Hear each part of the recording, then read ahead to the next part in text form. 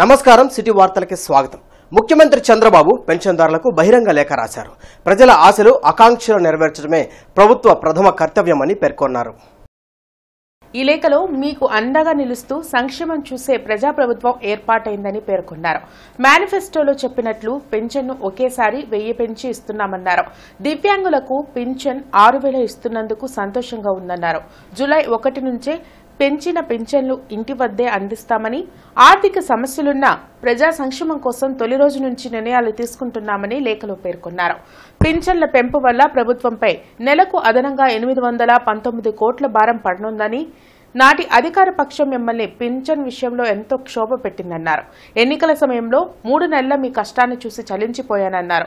మండు ఎండలో వడగాల్పుల మధ్య మీరు పడిన అగచాట్లు చూశానని, ఏప్రిల్ నెల నుంచే పింఛన్ పెంపును వర్తింపచేస్తామని మాట ఇచ్చి ఏప్రిల్, మే, జూన్ నెలలకు పెంపును వర్తింపచేసి మీకు అందిస్తున్నామని లేఖలో సీఎం పేర్కొన్నారు. గాంధీ పార్క్ వద్ద పార్కింగ్ వసతి లేకపోవడంతో అటు వాహనదారులు ఇటు చిరు వ్యాపారస్తులు ఇబ్బందులు పడుతున్నారని సిపిఐ నేత మాల్యాద్రి ఆరోపించారు. వెంటనే తగినంత పార్కింగ్ సదుపాయం కల్పించాలని ఆయన డిమాండ్ చేశారు. ఈ మేరకు గాంధీ పార్క్ వద్ద నిరసన వ్యక్తం చేశారు. అదేవిధంగా బస్పేలు ఏర్పాటు చేసినా ప్రయోజనం లేదని అన్నారు. ఇదిలా ఉంటే చిరు వ్యాపారస్తులు సైతం అనేక ఇబ్బందులు పడుతున్నారని మాల్యాద్రి ఆరోపించారు. గాంధీ పార్క్ కొత్తగా నూతనంగా ఈ పక్క ప్రారంభించారు. దీనికే మరి పార్కింగ్ లేని పరిస్థితి ఓ పక్క కొనసాగుతూ ఉంది. బస్సులన్నీ కూడా మరి వచ్చినప్పుడు దూర ప్రాంతాల బస్సులు ఆగడానికి కూడా ఇక్కడ ఖాళీగా గాంధీ పార్క్ దగ్గర స్థలం లేని పరిస్థితులు ఆటో వర్కర్లు కానివ్వండి, అట్లాగే చిరు వ్యాపారాలకు సంబంధించి చెరుకు రసం కొట్లు కానివ్వండి, కుండలు అమ్ముకునే వాళ్ళు, అట్లాగే మరి పూలు అమ్ముకునే వాళ్ళు అంతా కూడా ఈ గాంధీ పార్క్ ముందు గత 30 సంవత్సరాలుగా మరి వారు జీవనోపాధి గడుపుకుంటా ఉన్నారు. మరి దూర ప్రాంతాల నుంచి వచ్చే బస్సులు మాత్రం మార్కెట్ దగ్గర ఆగే పడుతుంటే ఇక్కడే బస్సుపే కట్టి మరి ఇక్కడ ఉన్నటువంటి వ్యాపారస్తులను కూడా తొలగించే ఆలోచన చేస్తూ ఉన్నారు. గాంధీ పార్క్ సంబంధించి పార్కింగ్ ఎక్కువ కావాలంటే మరి ఇవన్నీ కూడా అడ్డమైంది కాబట్టి ఇక్కడ స్థానిక ప్రజలు కూడా కోర్టును ఆశ్రయించారు. హిందూ కళాశాల టీసీల జారీ విషయం వివాదాస్పదంగా మారింది. ఇంటర్మీడియట్ ఇన్ఛార్జ్ అబ్బరాజు, మంజుశ్రీ ఇష్టారాజ్యంగా వ్యవహరిస్తున్నారని విద్యార్థులు ఆరోపించారు. ఈ మేరకు కళాశాల ఆర్జేడీకి ఫిర్యాదు చేశారు. ఈ నేపథ్యంలో ఆర్జేడీ కళాశాలకు వచ్చి విద్యార్థులను విచారించారు. విద్యార్థి సంఘాలు, ఏఎస్ఎఫ్, విద్యార్థి సేన విద్యార్థులకు అండగా నిలిచారు. నేను ఇంటర్ ఫస్ట్ ఇయర్లో 2 సబ్జెక్ట్స్ ఫెయిల్ అయినందుకు మంజుశ్రీ మేడం గారు నాకు టీసీలు ఇస్తానంటూ బెదిరించారు. నేను టీసీ తీసుకోనని మాట్లాడితే, నువ్వు హాల్ టికెట్ కావాలంటే నీకు హాల్ టికెట్ కావాలంటే టీసీ ఫామ్ మీద సంతకం పెడితే నేను ఇస్తానంటూ బెదిరించి నా తాత టీసీ సంతకం మీద సంతకం పెట్టించుకున్నారు. హాఫ్ అమౌంట్ కట్టిన తర్వాత ఆ రిసిప్ట్ చూపిస్తే మాకు బుక్స్ ఇస్తారంట. ఆ బుక్స్ ఫస్ట్ స్టార్టింగ్ ఇయర్లో మాకు ఫ్రీగా ఇస్తానని రిసిప్ట్ మీద సైన్ చేయించుకొని, ఆ రిసిప్ట్స్లో కూడా ఉంది మాకు బుక్స్ ఫ్రీగా ఇస్తారు అని రిసిప్ట్లో అని రాసి ఉంటే, ఇప్పుడు మటుకి హాఫ్ అమౌంట్ పే చేస్తే కానీ బుక్స్ ఇస్తానని, ఆ రిసిప్ట్ చూపిస్తే కానీ బుక్స్ ఇస్తానని బెదిరిస్తున్నారు. ఇంటర్మీడియట్ ఇన్ఛార్జ్ ఎవరైతే మంజుశ్రీ అని ఉన్నారో, ఈరోజు ఇంటర్మీడియట్ సబ్జెక్టులుండి సెకండ్ ఇయర్కి ప్రమోట్ అవుతుంటే మీరు ఎలా అవుతారు అని చెప్పి టీసీలు ఇచ్చి పంపించేస్తూ ఉన్నారు. అలానే హిందూ కాలేజీలో ఉన్న చాలా సమస్యలు ఆడపిల్లల విషయంలో కానీ, అలానే విద్యార్థుల విషయాల్లో కానీ ఈరోజు ఒకరోజు సెలవు పెడితే మీరు ఎందుకు సెలవు పెట్టారు అని వాళ్ళ పేరెంట్స్కి ఫోన్ చేసి ఎలా పడితే అలా మాట్లాడటం, ఎలా పడితే అలా విద్యార్థులతో మర్యాద లేకుండా మాట్లాడటం ఏర్పడుతూ ఉంది. అలానే ఈరోజు ఏఎస్ఎఫ్గా అలానే విద్యార్థి సేన ఆధ్వర్యంలో విద్యార్థులు అన్న మాకు ఇక్కడ సమస్యలు ఉన్నాయని చెప్పి మాకు ఫోన్లు చేసి రమ్మంటే, ఆ సమస్యల మీద ఏదైతే హాల్ టికెట్లు ఇవ్వలేని పరిస్థితి ఈ హిందూ కాలేజీలో ఏర్పడుతూ ఉంది. అన్న మాకు చాలా సమస్యలు ఉంటే వచ్చాము. ఫస్ట్ ఇయర్ ఎవరైతే 1-2 సబ్జెక్ట్ లాగినాయో వాళ్ళని సెకండ్ ఇయర్కి ప్రమోట్ చేయకుండా వాళ్ళకి టీసీలు ఇచ్చి పంపించేసేది ఇక్కడ హిందూ కాలేజీలో మనం చూస్తున్నాం. గతంలో మేము ఆమె మీద ఆల్రెడీ ఆర్జేడీ గారికి కంప్లైంట్ ఇవ్వడం జరిగింది. అప్పుడు కూడా వేరే సమస్య మీదకి వెళ్ళి చేసినప్పుడు మళ్ళీ ఆమె మారుతుందేమని చూస్తే మళ్ళీ తగినంత చర్యలు లేకుండా మళ్ళీ అలానే చేయడం, పిల్లల్ని హెరాస్ చేయడము, ఈ విధంగా చేయడం అనేది విద్యార్థి సేనగా తీవ్రంగా ఖండిస్తున్నాం దాన్ని. అలాగే గతంలో పరీక్షలప్పుడు వాళ్ళకి హాల్ టికెట్లు ఇవ్వమని అడిగేటప్పుడు వెళ్తే వాళ్ళకి ఒక్కొక్కరికి 300 చొప్పున ఫీజుని కలెక్ట్ చేయడం అనేది మనం చూసాం. ప్రముఖ గాయకుడు సాయి చంద్ ప్రథమ వర్ధంతి కార్యక్రమం లార్డ్ సెంటర్లో జరిగింది.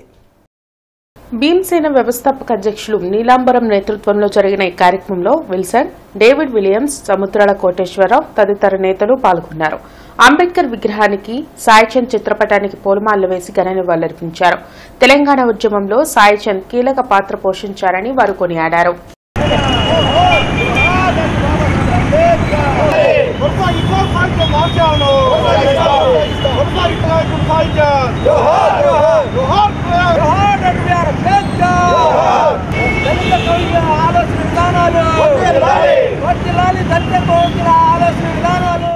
ది హిందీ గ్రూప్ ఆశీర్వాద్ మసాలా కారం సంయుక్త ఆధ్వర్యంలో అవర్ స్టేట్ అవర్ టేస్ట్ పేరుతో ప్రత్యేక కార్యక్రమం చేపట్టారు.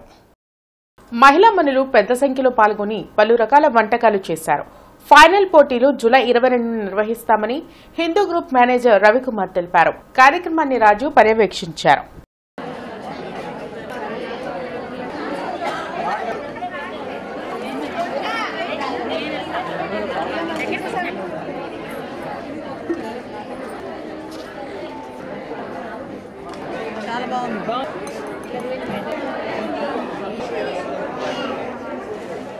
The Hindu వాళ్ళు ఆర్గనైజ్ చేస్తున్న OSOT, one state one taste అని టోటల్ 6 సెంటర్స్లో ప్రిలిమినరీ రౌండ్స్ అవుతుంది ఆంధ్రాలోని. తెలంగాణలో ఆల్రెడీ కంప్లీట్ అయిపోయింది. ఆంధ్రాలో ఇది మనం 3rd season of cookery contest across ఏపీలో మనం కండక్ట్ చేస్తున్నాం. ఇది Vizag, Rajahmundry already last week అయిపోయింది. అండ్ ఈరోజు గుంటూరు అవుతుంది, రేపు మళ్ళీ విజయవాడ అవుతుంది. Next 5th, 6th, 7th Nellore and తిరుపతిలో అవుతుంది. ఫైనల్స్ మాత్రం 27 జూలై విజయవాడలో అవుతుంది. ఇందులో ఈ ప్రిలిమినరీ రౌండ్లోని ఒక్క ఫస్ట్ విన్నర్ ఎవరైతే ఉన్నారో ప్రతి స్టేట్లో ఒక్కొక్క విన్నర్ని మనం తీసుకొని ఫైనల్గా విజయవాడలో లైవ్ కుకింగ్ చేస్తారు.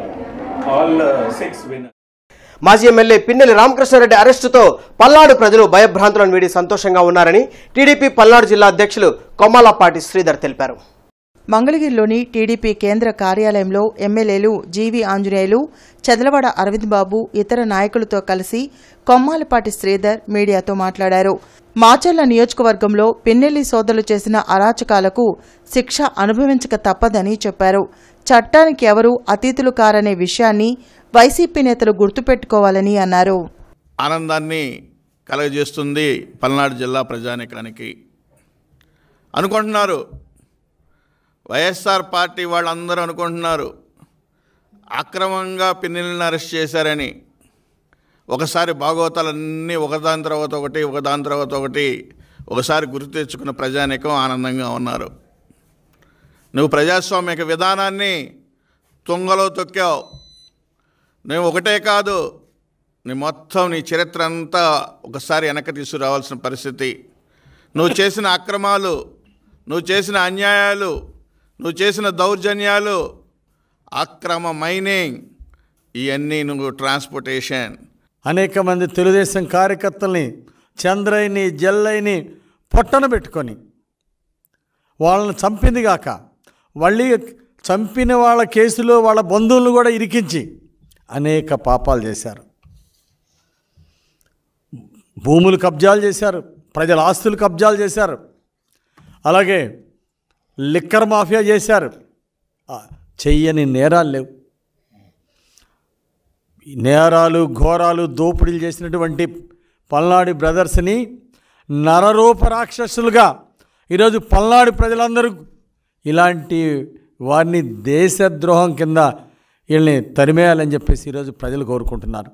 విద్యార్థులు పోటీతత్వంతో కష్టపడకుండా ఇష్టంతో చదవాలని ఎమ్మెల్యే నసీర్ అహ్మద్ తెలిపారు. ఎందుకు ప్రభుత్వం విద్యాభివృద్ధికి ఎంతో కృషి చేస్తుందని ఆయన అన్నారు. తూర్పు నియోజకవర్గంలో ఎమ్మెల్యే నసీర్ అహ్మద్ ప్రభుత్వ ఎయిడెడ్ కూటమి స్కూల్స్ను సందర్శిస్తున్నారు. పుస్తకాలను, బ్యాగులను పంపిణీ చేస్తున్నారు. ఇందులో భాగంగా చలమయ్య స్కూల్లో విద్యార్థులతో ముచ్చటించారు. కార్పొరేట్ తరహాలో స్కూల్లో లైబ్రరీ, ల్యాబొరేటరీ, ప్లేగ్రౌండ్, సుశిక్షితులైన ఉపాధ్యాయులు ఉండడం పట్ల ఆయన హర్షం వ్యక్తం చేశారు. మంచి వాతావరణం కల్పించిన బాపూజీ కమిటీని ఆయన అభినందించారు. ఉన్న అవకాశాలను సద్వినియోగం చేసుకుని ఉత్తమ పౌరులుగా తయారవ్వాలని సూచించారు.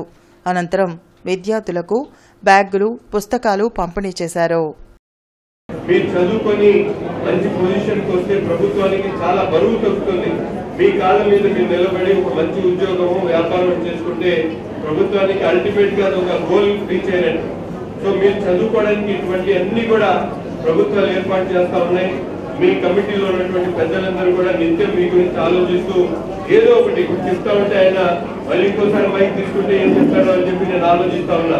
అంటే ఎప్పుడు లేనటువంటి విధంగా ఒక గవర్నమెంట్ ఎయిడెడ్ కాలేజ్ లో ప్లేస్మెంట్ అనేది పెట్టి 40 మందికి ఉద్యోగాలు ఇవ్వడం అనేది చాలా గొప్ప విషయంగా నేను భావిస్తున్నాను. ప్రతి ఒక్క కమిటీ సభ్యులు కూడా హృదయపూర్వకంగా మనస్ఫూర్తిగా అభినందిస్తూ మీరు చేసేటువంటి ఈ కార్యక్రమాలు ప్రపంచాన్ని తెలియాలి. ముఖ్యంగా గుంటూరు నగరంలో ఉన్నటువంటి మిగతా స్కూల్ కాలేజెస్ వాళ్ళందరూ కూడా మంచి ఉత్సాహాన్ని నింపాలి. వాళ్ళకు కూడా ఒక స్ఫూర్తిని నింపేటువంటి విధంగా మీరు ఒక పాంప్లెట్ డిజైన్ చేసి పబ్లిక్ లో పెట్టండి. శ్రీనివాసరావు తోటలోని రవీంద్రనాథ్ ఠాగూర్ అప్పర్ ప్రైమరీ స్కూల్లో ఎంఈఓ జ్యోతి కిరణ్మయి ఆధ్వర్యంలో జిల్లా జనసేన పార్టీ అధికార ప్రతినిధి ఆలహరి విద్యార్థులకు కిట్లు పుస్తకాలు పంపిణీ చేశారు. ఈ సందర్భంగా ముఖ్య అతిథిగా విచ్చేసిన ఆలహరి మాట్లాడుతూ కూటమి ప్రభుత్వం విద్యకు అత్యధిక ప్రాధాన్యత ఇస్తుందని తెలిపారు. విద్యార్థులకు కావాల్సిన అన్ని సదుపాయాలను ఎమ్మెల్యే గల్లా మాధవి నేతృత్వంలో కల్పిస్తామని తెలిపారు. మీకు చదువుకోవడానికి ఏ అవసరం అయితే ఉన్నాయో వాటన్నిటి కూడా ప్రభుత్వం మనకు అందిస్తుంది.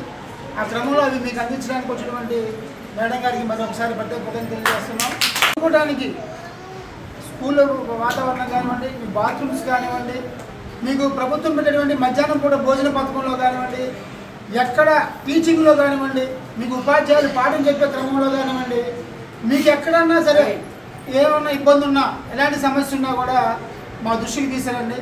విధంగా కార్పొరేట్ స్కూల్స్తో ప్రైవేట్ స్కూల్స్తో పోటీ పడే విధంగా ఇక్కడ నుంచి విద్యార్థులు మంచి మార్కులతో ఉన్నత స్థాయికి వెళ్ళే విధంగా మీరందరూ కూడా కృషి చేయాలి. మీకు ఎలాంటి సమస్య ఉన్నా ప్రభుత్వం తరపు నుంచి. ఈ వార్తలతో సమాప్తం. నమస్కారం.